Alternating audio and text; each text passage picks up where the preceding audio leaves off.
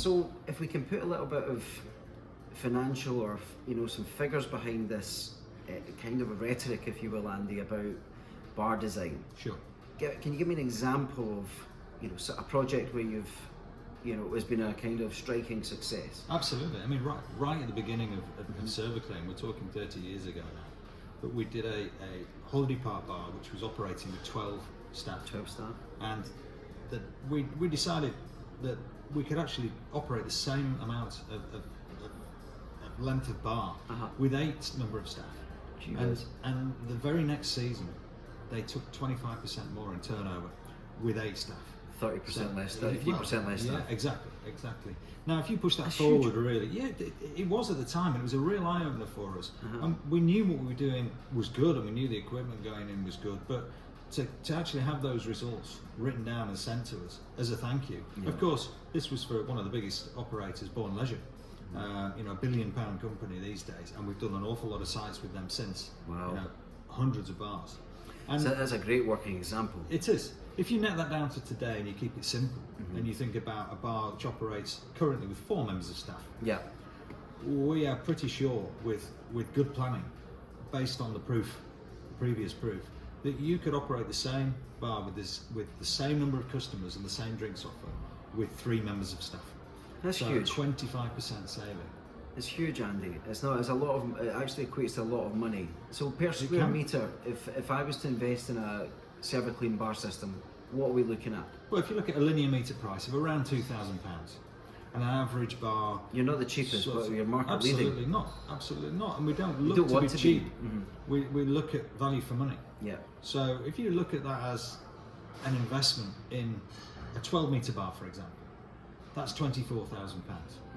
That sounds like an awful lot of money, but if you consider that one bartender that is no longer required to operate the same bar constraints, the national living wage at the moment is just under £24,000. More than that if you add national insurance and a pension contribution. It's a topical debate just now as well. It is, yeah, and it's quite right as well.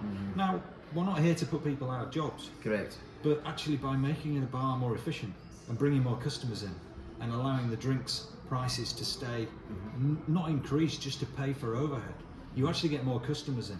And yes, you may then need to bring another member of staff in, but that member of staff is actually serving more customers, not serving the same amount. And also you can grow into a bar that's over-designed and engineered for space and volume. So it's nice to think about where you are today, but the future economy is more cocktails, more complexity, more diversity, and you're already sitting with 15 glasses behind the bar. Absolutely. So it's just got to get easier. So I think this is where the mechanics of your investments, an investment in Servaclean can kind of make sense. Sure. For a bar 10 years old. Exactly. Well, 10 years is a good time frame, because people can sort of see that, businesses can see that. Yes, they write equipment off after 5 years, but actually they're expecting it to last 10 to get their money back. Realistically, there's Servaclean bars that are still in great nick 20 years later. 30 years old. Jeez, right. And we have examples of that. Hilton City Hotel, Leeds, we've just done a swap around with that. We've taken out some shells and we're putting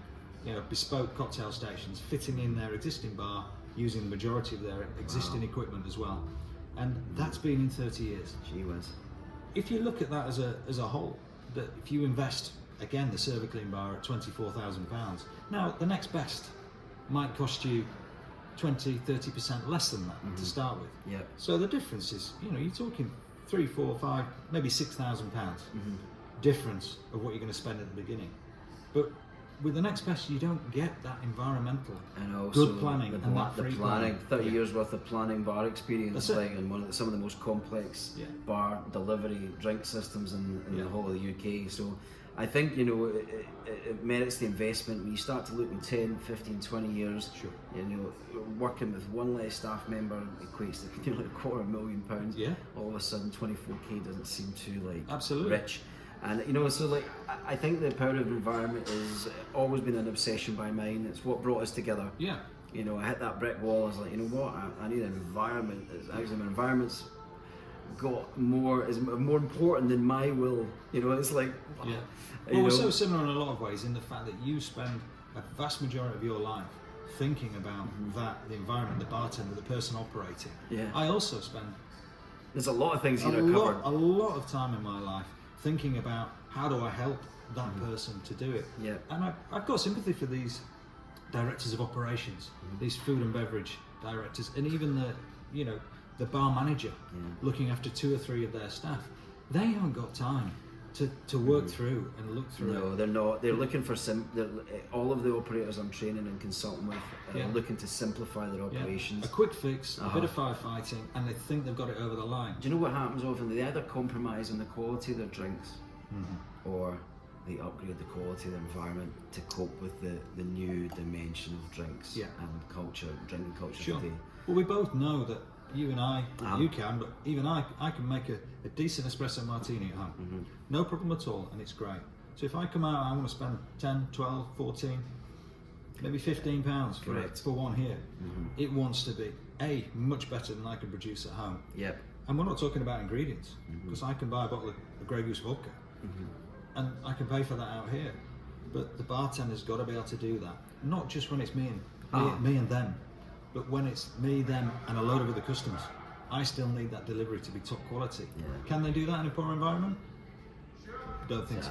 Can it's like for me, the engine is important. It's like you can be a great race car driver, but in a bad car, you're still not all you can be. Let's say Lewis Hamilton gets on. Exactly. Correct. I bet he'll get a few podiums. Yeah, which surprised me, mate, but it's a good parallel because, the engine, the car we're sitting in, the bartender's the pilot, if you will, and the bar's is the vehicle. That's it. And I think people can understand that. We can buy a good car, an okay car, but a fast and very capable car with lots of torque and momentum, and not to 0, 60 and all that. It's got to be the car for the environment as well, which is why we work from fit for purpose. We work on ground level. We work on small independents. We work for hotel groups like Radisson, Hilton. It's not just the big boys. Of course not. Absolutely. You refresh and refabricate the independent operators. One of my biggest Scottish success stories is with the Cine Group. And Siobhan. I met Siobhan and Lisa and Nikki, some time ago, and a great family business and what have you. And they were just getting in. I think that's actually where we first came across each other. There it was. Yeah, and wow. you were providing that. That's right. I was doing some training with them back then. Wow. And I've had a decade plus of bars with them. When you look at the Parkville Angels, you look at Uddingston, and they're all great setups. They're great fantastic setups. They're still good. Absolutely. Still good, Andy. I was in training last month. We've refitted twice, and they haven't spent any more money on it because they invested in a Servaclean system. Now, fantastic, Andy. It's like you really get. For me, it's great. Connects a lot of dots for me. The role, obviously the role of a bartender has been something of a fascination for you guys as Servaclean for many years. It's fabulous to have your sponsorship and headline support at Liquid Academy Live. Really looking forward to it. Scott Hot's going to be so good this year, and the stage you've got is a real, world-leading setup. And I wanted to kind of talk about that for you. It seems to be a bit of a drive and focus. This new technology. Can you explain a little bit more? Is this the future of bar design for you just now, or among on other the things? Outside of the design, I suppose that's my question. Coming away from the operation, just looking at what the customer sees. Of course, being part of projects which have got innovative design, interesting things. Now, with regards to the bars that are being provided at Academy Live, a young guy came to see me a couple of years ago now, called Randy Ramprakash, and he wanted to mount digital screens on the front of our portable bars. Yeah. Now, you've got all sorts of engineering considerations on that, but we solved them. And he became the only operator in the UK to date that offers a environmentally friendly, so that it doesn't need to get broken down, you don't need to screen print things, you don't need to throw different branded materials, Duratrans, and Foamex panels, all that stuff. On all gets the thrown Scotland away. bars, it costs a lot of money, these things. It's exactly. we've got the 6 digital screens, or there will be 6 digital screens on there, plus some side screens, which will all be linked, integrated, and you can 6 screens become one, basically. Yes. You put any message. We've all been in airports and seen advertising and big screens. London Underground, things like that. Okay. Yeah. It's that sort of tech, but integrated to the Servaclean bar technology. Yeah. The fact of the matter is that you can upgrade software Yeah. We've all got phones you can upgrade. We've all got cars. Indeed. We've seen cars you upgrade. In theory, you know, you can do so much more. Andy, I think we have about 50 brands involved. Imagine printing and taking care of all the visuals and, you know, brand ego expectations of all of them, you know, poignant brands and like, you know, so it's for me, the environment, one-dimensional, and really just not engaging with the youth and we're all screen readies now. We've screens in our hand. We want to see it. You know, we like the light circus, don't we? We do. And you know, so it's going to be great. And it's expected now. Just like a great cocktail. Yeah. Just like a great coffee. Okay. So you know, for me, Andy, I think you guys are really the cutting edge of you know, bar design and industry, or you know, bridging into the you know, the tech and the digital side. I think these are all big and very important conversations, and it's going to be a great example of it all, I think. Well, it's certainly what we're striving for. It's certainly what we strive to be the best at what we do. But the only way we get there is listening to the feet on the ground to understand what your customer wants. Yeah. But our customer is that bartender. So guys, if you want to come and see this live and direct at Liquid Academy Live at Scott Hot, check out Andy's operation, check out the programme at Liquid Academy Live, and also maybe compete at the Caledonian Bartenders Cup. You know, definitely check it out online.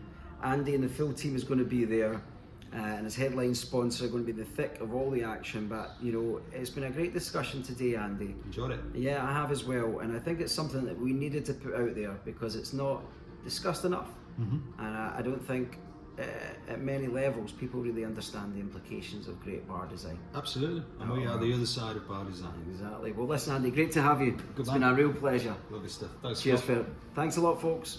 Till the next time. That's recorded. That was good.